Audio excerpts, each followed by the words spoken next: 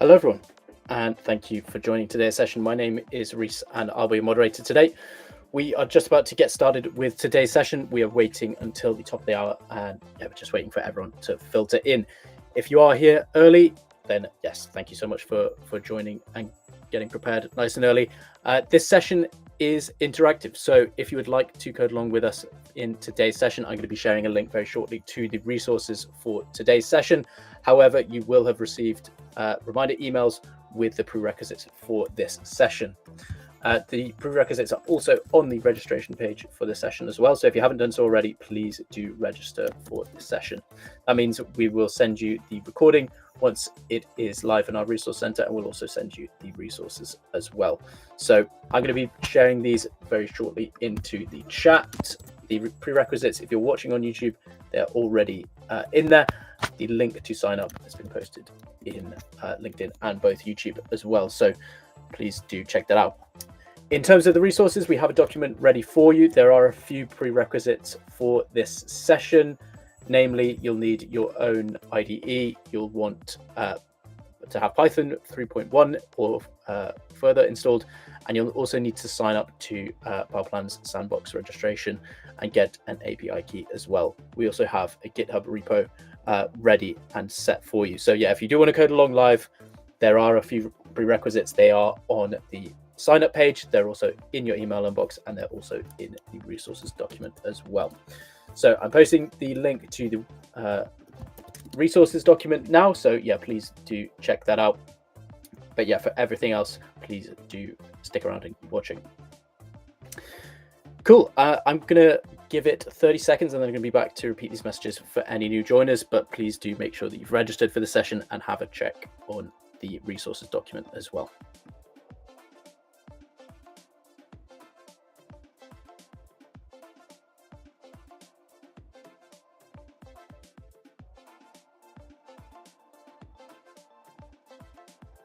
Okay, hello everyone, and thank you for joining today's session. My name is Reese, and I'll be your moderator today. We are just about to get started with today's session. We're just waiting for the last few people to join.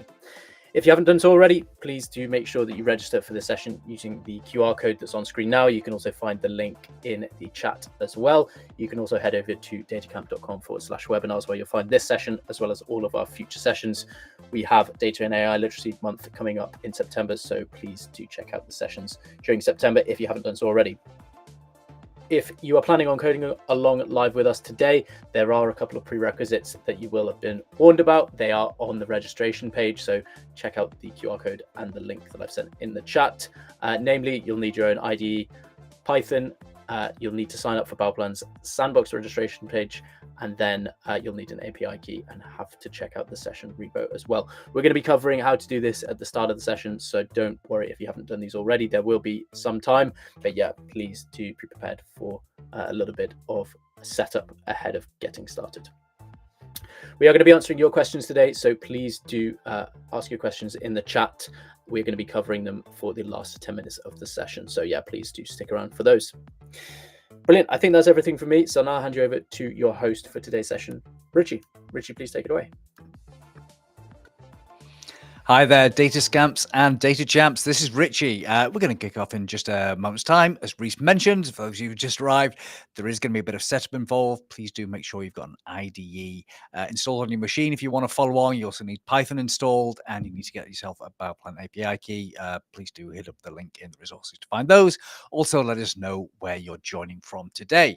And with that said, let's kick things off. So getting the right data to the right person at the right time is just essential for every business to function. And so building data pipelines is just a core part of every organization. It's so important that just vibe coding some SQL, calling it a day isn't an option. You need to make sure that your data pipelines are robust, maintainable, and scalable. So that's what we're going to be learning how to do today. Our guest is Ciro Greco, the CEO and co-founder at the data pipeline platform Bauplan. So welcome, Ciro. Thank you very much. Very nice seeing you, Richie. Yeah, great to have you here. Ciro's an AI and data engineering executive. He's on a mission to simplify creating data pipelines. And before founding Bauplan, he was VP of AI at the AI search platform Covio, and he landed there after his previous startup, Tuso, was acquired. So certainly got a lot of expertise in this area. Please take it away, Ciro. Thank you. Thanks a lot. I'm going to share my screen, and we're going to start from a small presentation, if that's all right for you. So you tell me if you can see this. Well, thank you very much for joining. I'm really excited to be here. It's awesome that we can present what we've been working on and a little bit more of our experience about the the experience in building data pipelines and building like data platforms that support these use cases.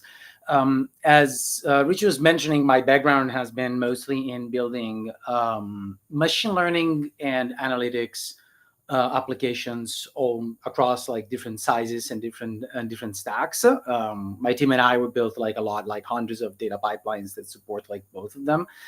And the bottom line in my experience is that it tends to be pretty hard and it tends to be pretty complicated, especially for reasons that have to do with dealing with the infrastructure more than anything else.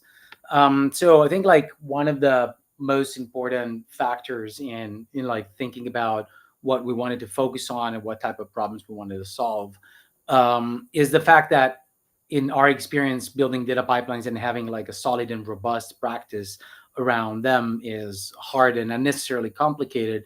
And because data is kind of like growing now exponentially, there's a larger number of pipelines that are going to go live. There are going to be more applications that require pipelines, more applications that require more data, and effectively more people will be required to dabble with pipelines in a way that was probably different than their previous generation of technologies. And so simplifications is very important, specifically because in my experience, really the applications is where you drive the value. So when you build like an applications for analytics that you put in front of your customers, or you do a RAG system, a chatbot, search engine, recommender systems, like all those are applications that are powered by data that impact directly your business metrics. And they're also fun to do. So like most people kind of like want to work on that, but the work in data is actually more important. There's, it's an old refrain, the fact that a lot of data scientists and machine learning engineers spend a lot of time doing data work, because it's true. Because as a matter of fact, you spend a lot of time doing that. And it's a thankless job. The problem with that is that it's not, it's a never-ending quest. And especially like in organization where a data platform team becomes somewhat central for other teams to access the data, it's a little bit of a thankless job, as in like people tend to resent you because they don't have access to the data because the pipeline breaks and so on. So it's definitely a hard job.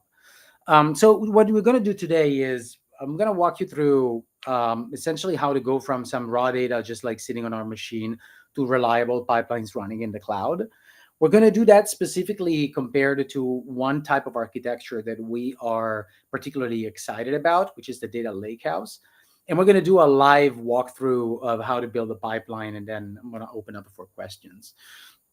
So starting from this, the first question is like, what is a data pipeline? So if we start from an kind of like abstract definition of that, a data pipeline is basically a sequence of processes that move, transform, and prepare data for something else. Something else is usually business intelligence. It can be analytics. It can be machine learning models or machine learning training pipelines. Sometimes it's an AI application. The bottom line is that it's a multi-step process that goes from your raw data to a final table, and it's composed by your sources actually, because like most of the time the data is scattered all over the place. So that's where the data is it like comes from. So it's databases, applications, APIs, logs, files, a data lake. It depends on many factors. It depends on how you organize your stack. The processing steps are steps in between, like intermediate stages of your data preparation, and they tend to be heterogeneous. So you have certain steps that are well done in SQL. So you do things like aggregations or filtering. Those are typically done like with SQL, and so they're executed by SQL engines or data warehouses, right? But sometimes you want some of these steps to be a little bit more expressive. Sometimes you want to do something like a for loop, or you want to manipulate a data frame, or you want to call an external API to do data enrichment. So maybe you want some geospatial data, or you want to call an LLM or something like that. So in that cases, you might want to default on something like Python. Some other cases you want to default on something like Spark, which is like, a distributed system for heavy data process if you have like really large data. So it's a pretty fragmented, a pretty diverse set of runtimes and interfaces that you have in the processing steps. Whatever you end up doing, your pipelines is going to go from your raw data to the final table, and the final table ends up being in the destination, which is where the processing data is actually put to use. So it's usually a data warehouse or a feature store, dashboards, data visualization tools. Sometimes, as I was saying, like a training pipeline is a good example. Now, a while ago, like if you've been in data for a while, you remember like the moment where like data lakes were kind of like promising the idea that you have a bunch of data and they're just like in the raw format, and now everybody can just like access the raw format and do whatever they want. So you have a data scientist, they can just like access the raw data and just like build their thing. That sounds kind of okay if you want to do like things like quick and dirty. But if you want to do data pipelines as a function of your data stack, so if you want to do things like a little bit more at scale in a more robust and reproducible way, this is a phenomenally inefficient way to do things. You need data pipelines, essentially because you want to move and transform data from where it's generated to where it is needed in a standardized way. So you want to validate the data. You want to make sure that, for instance, data quality is respected, which is an enormous source of problems in handling data applications, is the fact that data gets corrupted or drifts or is just broken because something changes upstream. You want to automate this as much as possible because you want to make the data available differentially. So sometimes like things just required to run like every 24 hours, for instance. So we have pipelines that run overnight. Some other applications might be more demanding, and you need something that runs like every 5 minutes or like even in real time and so on. So you want to automate and you want to make sure that this is something you can script and you can program. And ultimately, the more care you put in your data pipelines, the more you will be able to enable faster decisions and reliable applications because the data will be dependable. That is a very important notion. So this is an example from the real world. I don't think is particularly strange or fancy. It's just like a very solid data applications that one of our customers, in this case, is using. So these guys are like large broadcaster. So they collect a lot of data from news channels. That is, the touch points can be the website, cable TV, devices, applications. So it's like varied range of sources and a fair amount of data because it's a large broadcaster, and so there's millions and millions of events like every day. The data pipelines are there to standardize the cleaning and the aggregation and feature preparation for machine learning. Most of those aggregations end up being then used to power a dashboard that just refreshes every 5 minutes, so that the part of the company that is driving one of the most important line of businesses, which is advertisement, has all the KPIs, has all the understanding of what is happening on this specific product. So this is like the typical applications that you build over data pipelines. In this case, these guys, like for instance, adopted this specific architecture. But this is a very widespread way of thinking around your data pipelines. This is a landing, staging, transform architecture. Sometimes it's referred to also as a medallion architecture, with like bronze, silver, and gold. But it's like whatever your lingo is a tripartite architecture that basically recognizes that within your data platform, you want to have certain areas that have different purposes. So the first one is the landing area, and that is the place where you want to put all your data. And the purpose of this is this area is literally just like put all the data in one place, because the sources can be very varied, and because data can come from a lot of different systems with a lot of different contracts. So in the landing area, it doesn't really mean that the data is ready to be used by a business user or even by like a data engineer who wants to build like a transformation pipeline.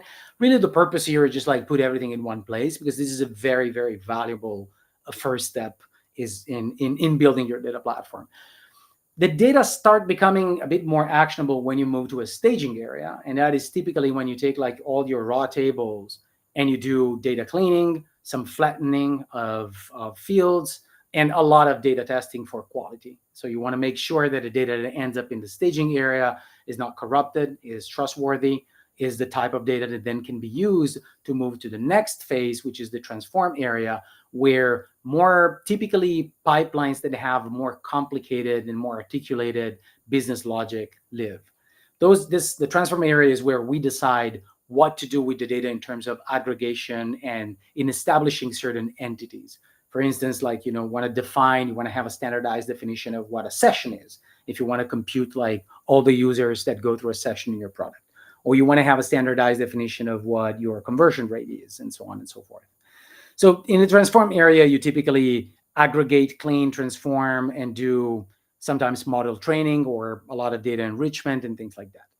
And ultimately, the final artifacts that are produced in the transform area are those that go into the downstream applications, which typically are business intelligence dashboards, feature stores, sometimes machine learning pipelines, AI applications, and so on. Now, this entire kind of like concept of having data pipelines as a reliable and standardized way of processing data goes through data infrastructure. Data infrastructure historically has been a fairly annoying thing. It's hard, it's complicated, is fragmented. It requires a special skill set that oftentimes has to do with big data technologies. So typically in companies, people who deal with data infrastructures are Spark engineers or just like Hadoop engineers. They're folks that have a specific skill set around a data infrastructure. One thing that I want to drive home today is the fact that data infrastructure is changing for the better. And we're particularly excited about the emergence of one type of architecture that we think is going to be the de facto standard for both medium-sized and small companies and larger enterprises, which is the data lakehouse. So if you really like one of the takeaway messages for today is just like, if you are now working on your data infrastructure, you're thinking about how to architect that, or you're thinking about hiring a team and so on, make sure that you seriously consider the design of the data lakehouse, because it's where the world is going. So you want to make sure that you have an infrastructure that makes sense for you to hire, that uses technologies that will become the standard that everybody uses. So what is the data lakehouse? The data lakehouse is essentially kind of like the unholy marriage between the data lake and the data warehouse, which effectively means that, so the data lake is just a place where you dump a bunch of data. It's very scalable. It's not super usable because typically is a lot of data in different formats. There's a lot of files. So the data lake is very large and scalable, but there's a lot of sharp edges when you want to develop on it. The warehouse is a way more constrained environment. It's a place where it's easy for you to do governance, for instance, and tell people, that they have access to certain tables, but not others, to certain types of data, certain fields, and not others, where you can run SQL efficiently, where you do, where you can scale your compute in a more thoughtful way. The data lakehouse is kind of the best of the both worlds. So the data goes in object storage in a very data lake way, which is great because object storage is cheap and infinitely scalable, so it's very affordable. And then on top of the object storage, the idea is that we're going to use open formats, specifically Iceberg in this case. There are others like Delta Lake and Hudi lands for non-structured data, but like Iceberg is really establishing itself as the de facto standard. What formats like Iceberg do is they take all the files that are just in object storage and they create a logical abstraction on top of that turns them into tables. Now, this is awesome because like tables are a much, much better abstraction for you to work with data. You have schemas, you have ACID guarantees, you can run SQL in a more optimized way instead of just like reading a lot of data you don't need. You can be sure that you read only data that you need, so your queries are faster. So it's the open format that kind of like warehouseifies your data, your object storage.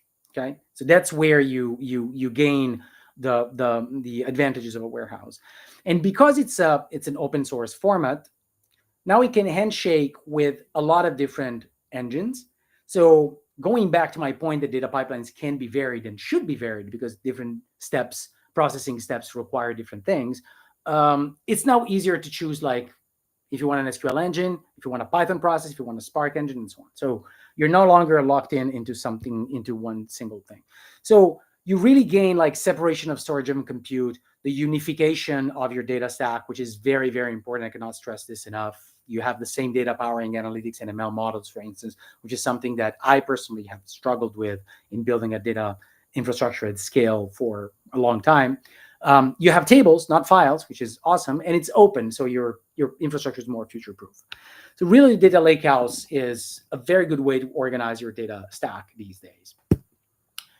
Yet, even though like these advantages are undeniable, data pipelines remain pretty hard. The very reason for that is that things are still fragmented. So even though the lakehouse simplifies certain things, it makes things more elastic and more open, more flexible for people, a data platform remains a complicated object. So you have, storage, you have a runtime that runs compute and manipulates the data, you have orchestration that makes sure that all your pipelines are run a certain way, and all the different layers and components of your data pipeline, of your data platform, can fail and will fail kind of all the time. And each one of them will fail in a very peculiar way. So you have like, the runtime will have environment drifts and scaling pains, the cold start, and then debugging is hard because maybe you have some JVM stuff. Not everybody's familiar with Java. The storage will have problems with versioning and consistency of the lake. The orchestration is another layer where you have problems of cascading errors that propagates throughout the DAG in a way that is hard to chase, and so on. So it's pretty fragmented and pretty hard. That's the bottom line. And so it remains like data lakehouse is a great architecture, but it remains hard for people to get it done. And because pipelines are becoming like more and more important, we think things should be easier, because frankly, when you go out and you try to figure this out, it's not easy at all. There's a million tools. There's a million ways of integrating them. There are so many different best practices, and what you see on the internet is stuff like this. That is super easy tutorial. I promise you, is really, really easy for you to get to do the lakehouse. And so let us jump into a 4-hour video about how to do this. And in like 20 minutes, there's no code in sight. So we're still kind of like thinking and talking about the execution model of Spark.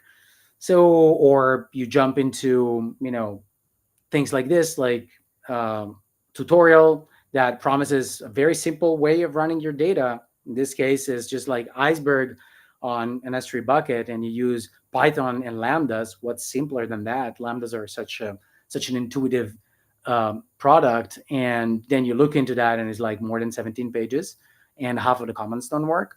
I understand that like complaining about AWS is a little bit like complaining about the government, so it's always fine.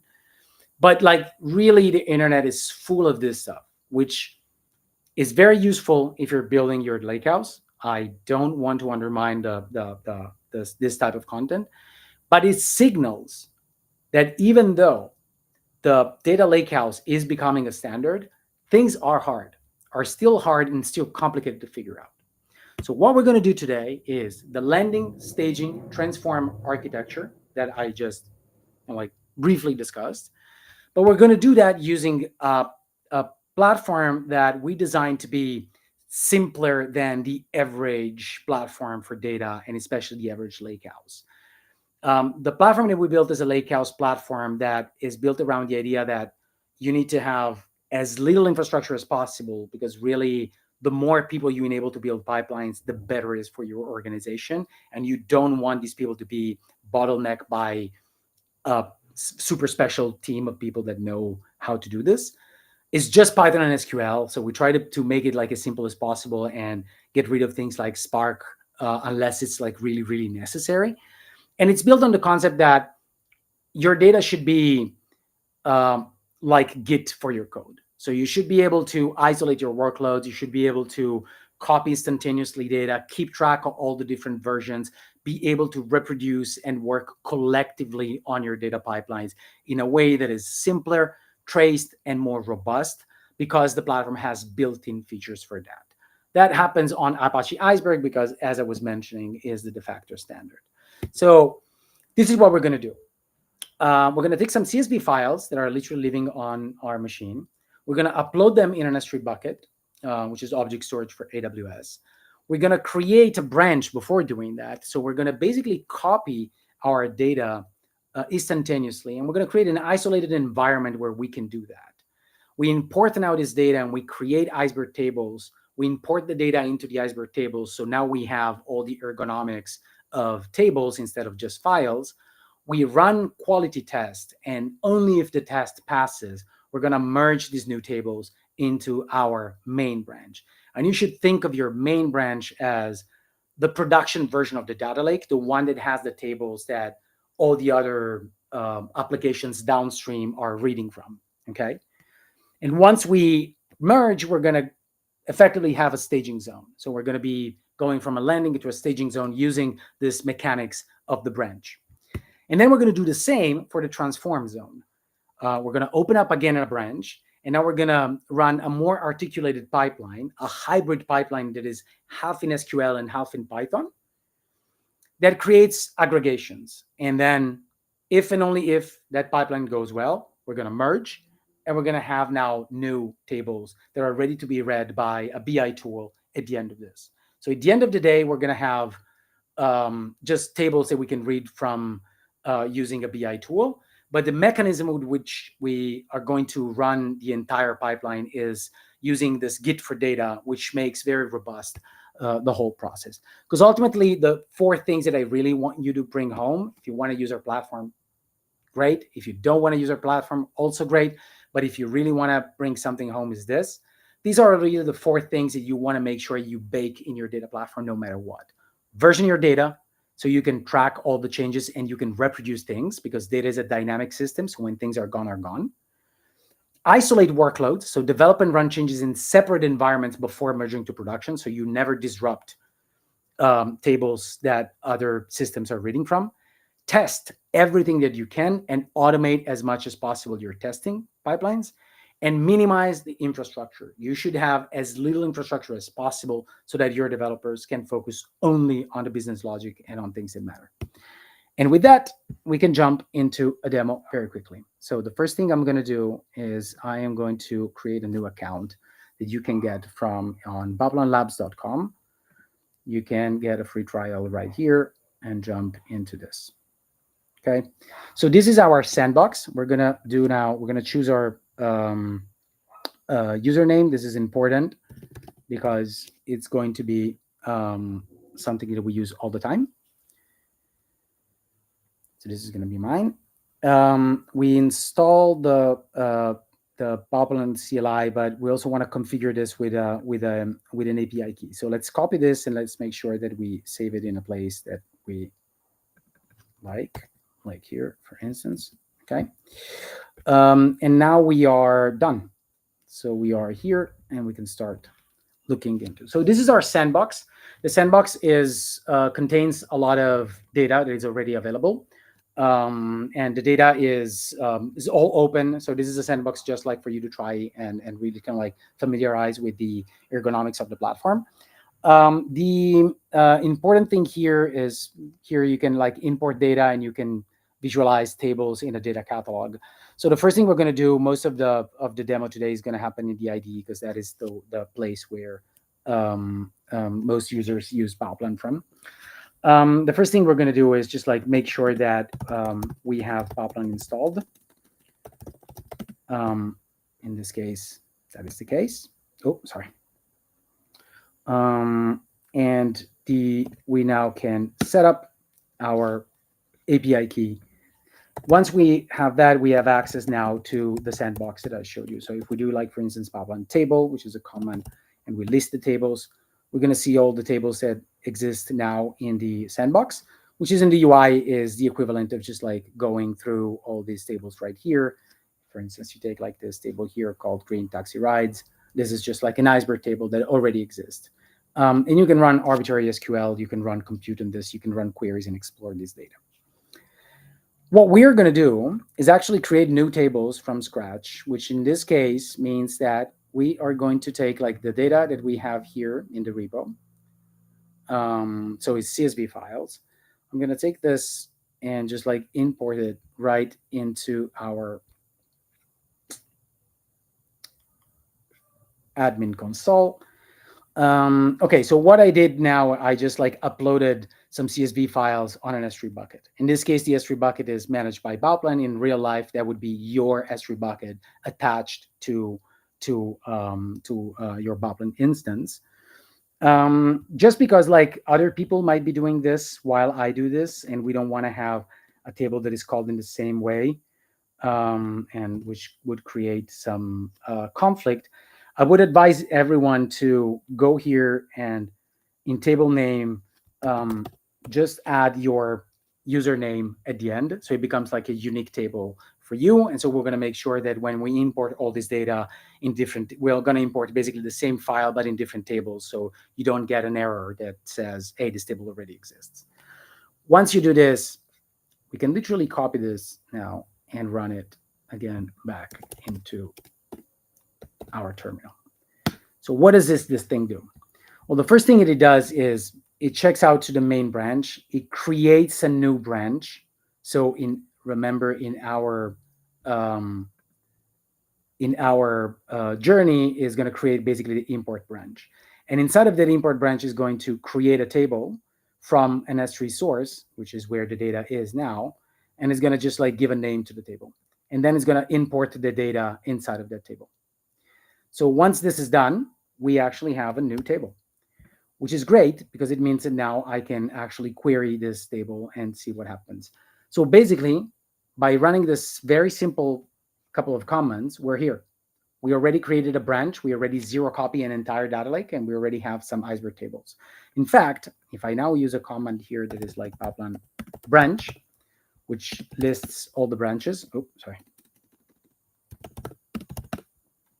I'm going to see that there's a new branch. The star indicates that this is my active branch. That's where I am right now. And if I do Bauplan branch diff, I'm going to see that the difference between the branch that I am in now and the main branch is that the new table that I just created exists in this branch, but not in main. Okay. So back into our workflow, we want to run the test and see if the test passes. How do we do that? Well, we do have a runtime that is attached to this. So we can just go, for instance, right here. And now I can, use my branch that I know. Just here, I can search for my branch. This is my branch, and this is my table. So I can search table right here. Oh, sorry. There you go. This is the table that we just imported, right? So let's run a test and make sure that the customer product ID always exists because it's a unique identifier. And if there's a row where the ID doesn't exist, there's something wrong with the data. It's very simple. We just go on the query engine. And what we do is we're going to do a query that counts this from our table right here, where I think is null, should be good. So if this query returns even one row, there's something wrong with the data we imported. If it returns 0, we're fine.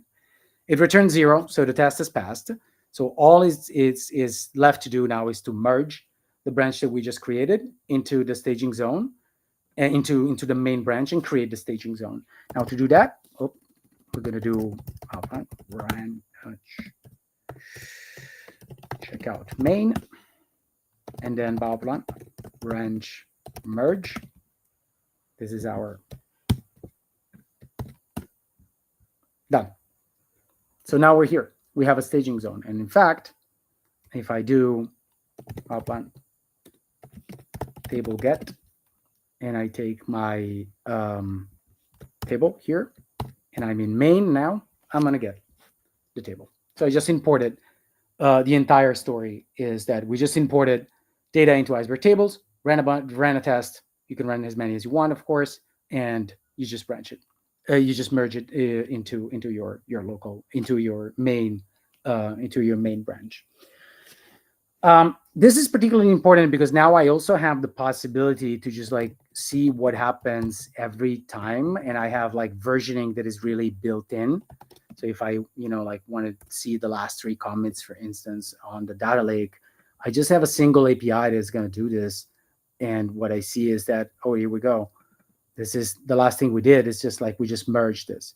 So we have like versioning that is completely built into the platform. So going back to our best practices here, we have versioning that comes out of the box. We isolate the workloads using the branches. We can run the test and we can program as many tests as we want, and we can minimize the infrastructure because, as you could see, there's literally nothing you need to know about your data lake or your Iceberg layer or your Iceberg catalog, how to import, what is the runtime that run that import. You just have like a few commands, and the platform abstracts away the entire story from you. Okay, so back to our journey. We want to move from staging to transform. So we want to do something that is a bit more interesting when it comes to transformation. So what we're going to do here is we're going to use like all these three files as tables. Just for the sake of making things fast, I just like created data camp. I already imported this. So you saw how to import this data. So there's nothing new there. We just have to do it like for all the different files. So we already have these tables here. What we're going to do is we're going to use these tables to create a pipeline that is composed by 2 nodes. One is going to be done in pure SQL, and it's going to compute an aggregation that is called top selling products. The other one is going to be done in Python, and the 2 of them are our pipeline. Okay. So first of all, what do? Well, the first thing we want to do, again, is create a branch, because we're going to use this mechanism again. Okay. Oh, I'm sorry. There we go. Okay. So now we are in our branch. We have a new branch we're going to use for the transformation. What does a transformation look like? Well, if we go into this folder here, there's a folder here that is called Bauplan pipeline. Everything inside of this folder is basically our pipeline. You see 2 files here. One is an SQL file, and is going to be the code that creates the first node of our pipeline. As you can see, it just takes transactional line item, which is a table that exists in our data lake here. And it's going to join it with product data, which is also a table that is in our data lake in the namespace data camp here. And it's going to produce top selling products, an aggregation. This top selling products goes now into the next node, which in this case is actually a Python function. The Python function takes the output of the previous node as an input, and another table that also exists in our data lake. So go back here, takes an input, the previous node, and then reads something else from our data lake. Okay. How does it work to run a node, a pipeline made of nodes? Each node is essentially a function that is completely isolated. It's very easy to see this when the function is Python. If you take like this code right here, this is effectively one node of our pipeline. It takes as an input in a declarative manner the tables and or the tables in the data lake or the tables produced by a previous node. It allows us to specify in the code directly what is the packages and the dependencies that we want to run this containerized single function, which is completely isolated from the other nodes, except for the fact that they can stream data from one another very efficiently. Inside of this function is just really Python code, and we return just a new data frame in this case.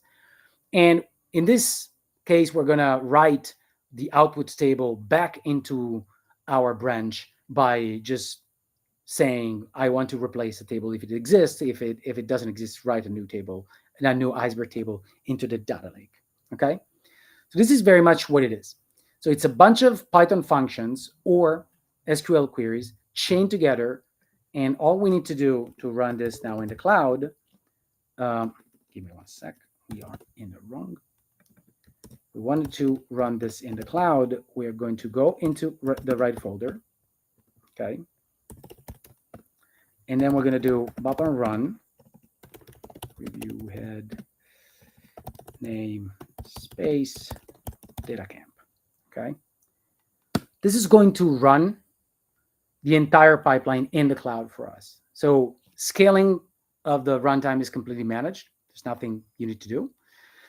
What the system is doing is reading these two files, parsing them, and say just like, oh, this is a DAG. These two things depend one from another, and then it's going to act, and then it executes the nodes as containerized functions while streaming in real time from in your terminal. So none of this happens locally. We just submit this pipeline to a cloud runner that scales automatically, elastically. And you can see that at the end of this, you have like during the execution of this, you have a preview of the table that we're creating with the first node, a preview of the table that we're creating with the second node, and then we have an S3 write, which means that we just wrote this new table that is called top selling suppliers into our branch. In fact, if I now do Bauplan branch diff once again, which is a mechanism that now we understand, we see that the branch where we are today, which is transform data camp, is different from main because top selling suppliers is a table that exists in this branch but does not exist in main. So in our journey, now we are here. Okay. So once again, if now we want to just merge this, what do we need to do? Check out main. And we're going to just merge.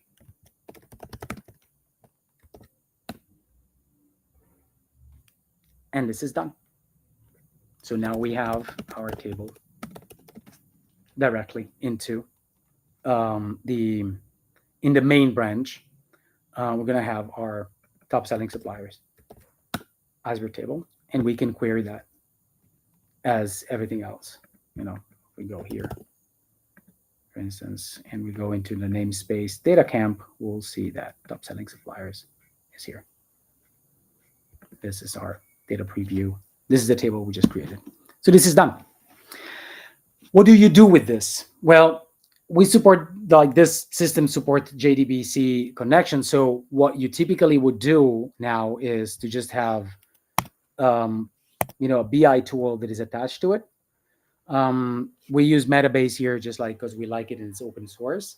But this is an example of just like attaching a BI tool at the end of the whole story. So, if I do a quick lookup on a table that now exists in my main branch, we're going to get, all the metrics because the runtime that we use to run the pipeline can be used both for, asynchronous jobs like the pipeline, or directly running interactive queries, which is the type of work of the type of compute that we need to do things like this, right?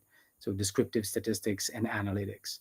If we wanted, for instance, to see what we just created, and we go like in top selling suppliers, and we want to do a sum of the revenue of what we just of the suppliers in the table that we just created, we can just like run this query either from a notebook or your CLI or the data catalog and the query engine that you have right here, or from whatever BI tool you want to attach to it. So this is basically an end-to-end manual workflow of the entire workflow manually done on this platform is done like this. So it's just a handful of commons, not a lot of infrastructure. As you can see, we don't really have to manage nothing about the runtime or the data lakehouse. But the point is that in real life, none of this will actually happen like this. In real life, we want to make sure that this is programmatically done. So all the functionalities that you just saw, creating a branch, destroying a branch, creating a table, importing data, running a pipeline, and so on, all this can actually be done using a simple Python SDK. So what in real life this will look like, so if we wanted to power those dashboards in Metabase that I just showed you as something that refreshes every 5 minutes or every night or every hour, we will have a script inside of an orchestrator that looks like this effectively. We instantiate a client, and then we use the client to do a number of things, right? So we create a branch, like we're going to run certain pipeline, we're going to merge the branch, we're going to construct a new branch, and so on. So if I run now the script here, I'm going to do what I just done manually in the past half an hour with a simple script in just like one single single comment. Okay. So if we do this right here, for instance, you'll see. Hopefully you can read this well.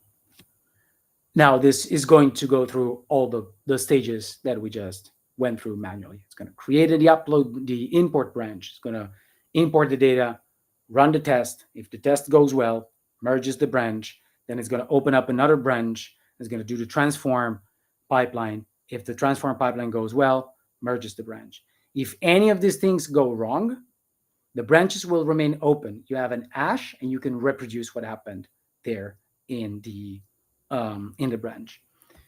So basically, version your data, minimize your infrastructure, separate and isolate your workflows as much as possible, and test everything that you can test programmatically and automated.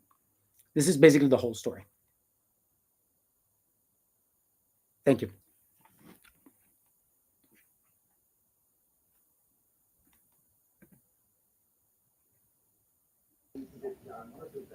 All right. Very nice. So we're going to go to audience questions in a moment. So for anyone in the audience, if you've got any questions for Ciro, then please do put them in the chat. In the meantime, I've got a couple of questions for you. So partly about I guess the roadmap. So I know you're building features rapidly at the moment. So like about half of what we're doing was within the Bauplan website UI. Half of it was in the terminal. Do you have a sense of like is the plan that people should be using both, or are you going to have it to be all usable through the UI at some point, or do you always expect people to use the terminal? The Bauplan UI is mostly read. So it's there for people to consume information in a way that is more human-friendly. You don't do a lot with the Bauplan UI programmatically. You don't create branches. You don't run pipelines. You can run queries to explore the data, but generally speaking, you don't do things that can change the status of your data lake. You don't write things with the UI.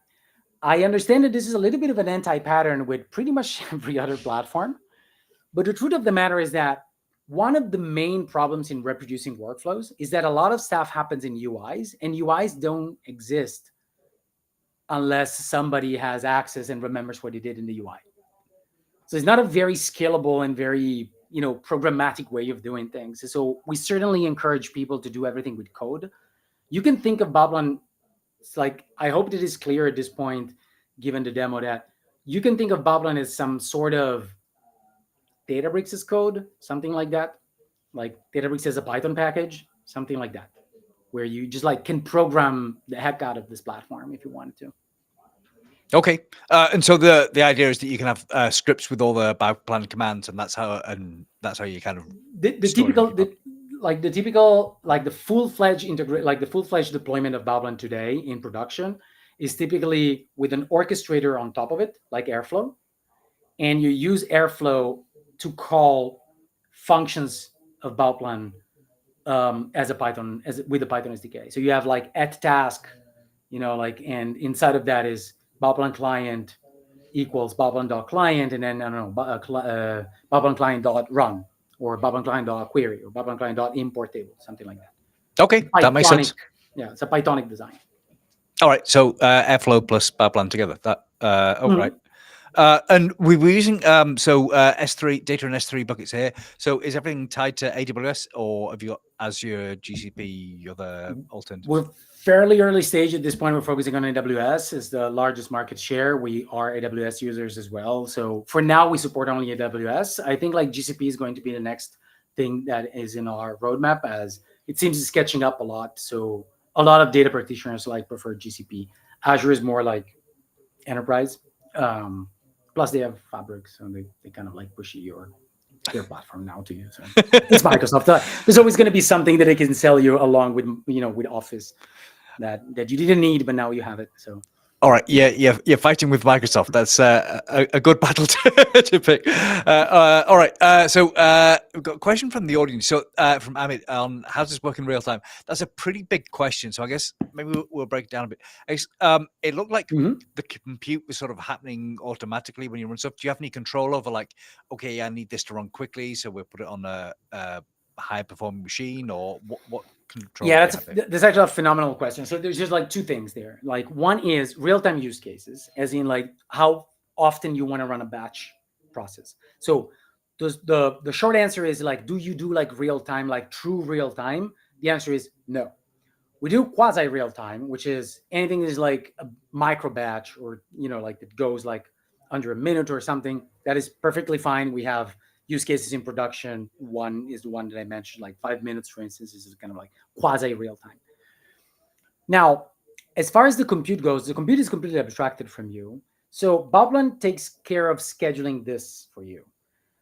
For instance, if you're running a pipeline and I'm running a query at the same time, because we work in the same team or we're doing different things, chances are that I need my data faster than you, because I'm running a query. And so I want to see the results because I'm in interactive mode and you are in scheduling mode. Bauplan will prioritize workloads automatically depending on that. Yeah. Okay, that's cool. I think just thinking about the difference. So real time, that's like self-driving cars where you need an answer in microseconds, and that's not supported. Exactly. Where you want to, and also where you want to maintain, like a state, because it's really like a streaming use case. So those like under like sub-second stuff is not the right platform for that. You can use that and like write into an iceberg table and then take it up for like less time sensitive use cases. Okay, and I guess like nearly real time, that's something like monitoring like news events or something, where it's like, okay, if something happened 5 minutes ago, that's fine. Exactly. Yeah, like a handful of minutes is usually, like in my experience, most use cases are actually okay in that time range. Like I've seen very few hardcore real time use cases in like especially in analytics.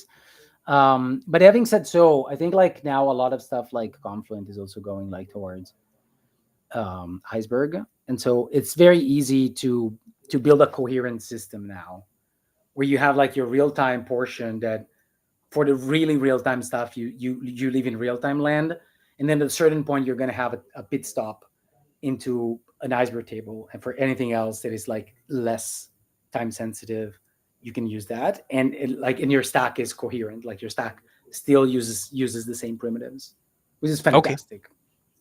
All right, that's good news that it's getting easier to build this stuff. All right, and there's a question from Amandine about pricing. So obviously we were using the free version of Bauplan. There was a bit of explanation from Jacopo in the chat, but you just want to talk us through how do you charge people? How do you make your money? So yes, we want to make money. So like the short answer is like it's not totally free. It's not open source, and you can use our compute for you pay for the compute. Now, one thing that makes our way of charging a bit different is that we don't really charge you every time you run something. We charge you for a certain amount of capacity for you to run jobs. The very good thing about that is that your use case will usually be batch and interactive. Okay.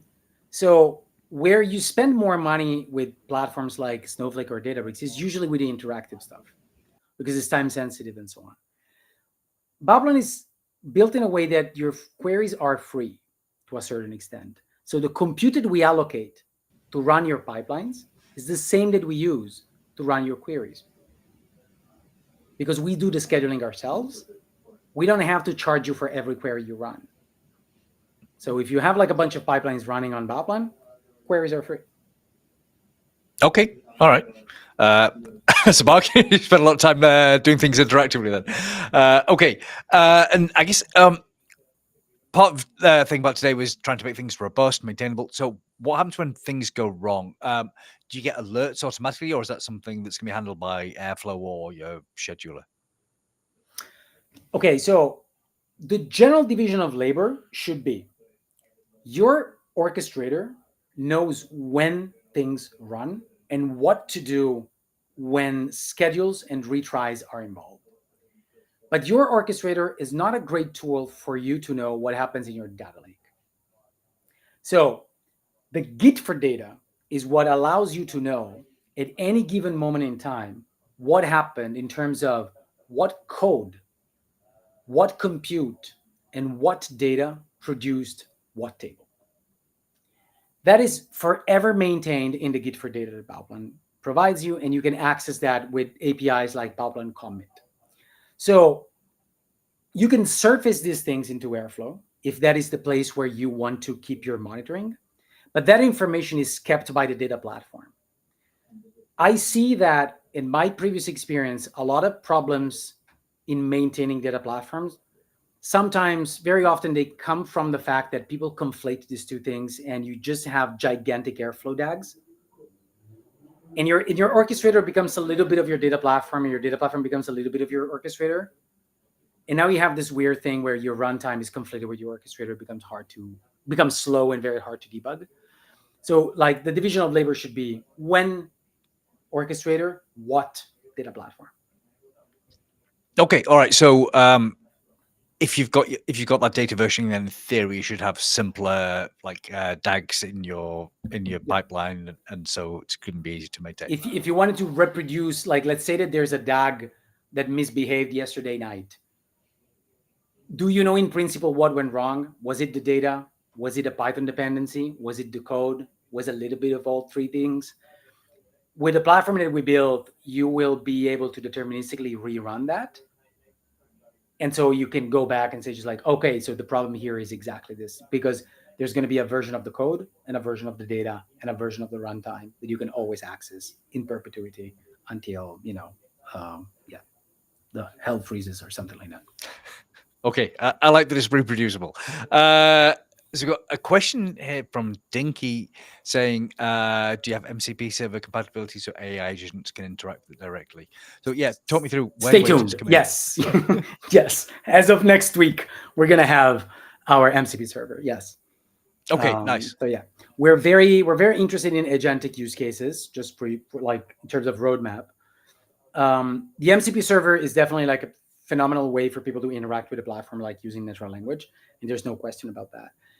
Now, what we're very interested in working on in our roadmap is more agentic use cases, because we think that the ergonomics of the platform create a very safe environment for your agent to autonomously do things on your data, because we have branches and a commit that makes everything auditable and reproducible.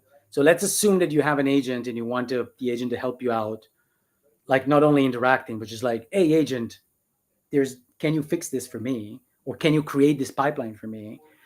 Bauplan will allow the agent to be very isolated. So if the LLM will misbehave, and probably will, because, like worst case scenario, it blows itself up in a very like in an air-gapped environment, which I think is a phenomenal way to bring the agentic capabilities to data ops. I'm a great believer that a lot of the stuff that we've been doing for a living as data ops will be automated. And I'm also a great believer that our lives will be much better for that, because it's a terrible job. Okay, so I guess the big use case here is then the AI agent is going to be editing your data pipeline, but you just don't want to do that in production.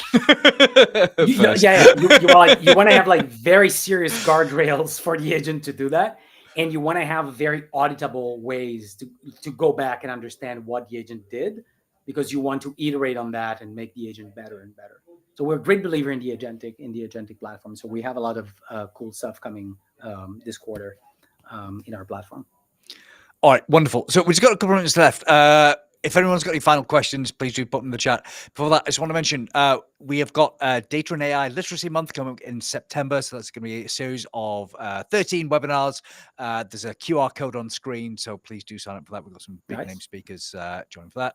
And also, before we get to that, we've got a few webinars coming up. So tomorrow we've got a session on AI governance, particularly talking about regulated industries. So we've got Hovita Tam, who's an attorney in the insurance industry, talking about that. So, and then next Tuesday, we've got a code along on creating AI agents on AWS. So very topical for today.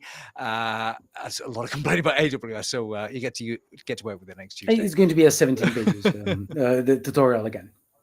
Yeah, wonderful. All right. So do we have any final questions? One last question we can go through then before we finish. So Andrew says, how much storage is consumed if the data gets taken snapshots of your data at the time? So yeah. So very little, because what actually happens there is that no data is copied unless it's part of a delta. What happens there is that what is copied is metadata that point to different versions of files. So when you do Bauplan branch, you don't really copy your parquet files. What you do is you create a metadata pointer to a certain version of those files. And the only data that is written is the data that makes the difference between the different versions of the files. So in terms of storage, this is a very efficient system. And it's the only reason why it is possible to copy an entire data lake in a nanosecond. Like you do Bauplan branch, create my new branch, and immediately you get the branch. If I had to copy the entire data lake, that would have taken like a long time. So it's instantaneous because it's a metadata operation. It's basically copy and write. Okay. Copying your entire data lake, that sounds like a very expensive, time-consuming thing. That sounds what we've done for years. It's like as a species collectively. Yes. Okay, nice. All right, so we're going to wrap up. Thank you so much, Ciro. That was very informative. Thank you very much, Richie. Excellent. Thanks a lot. Yeah, wonderful. And thank you to everyone in the audience who asked a question. Thank you to everyone who showed up today. Please do register for Data and AI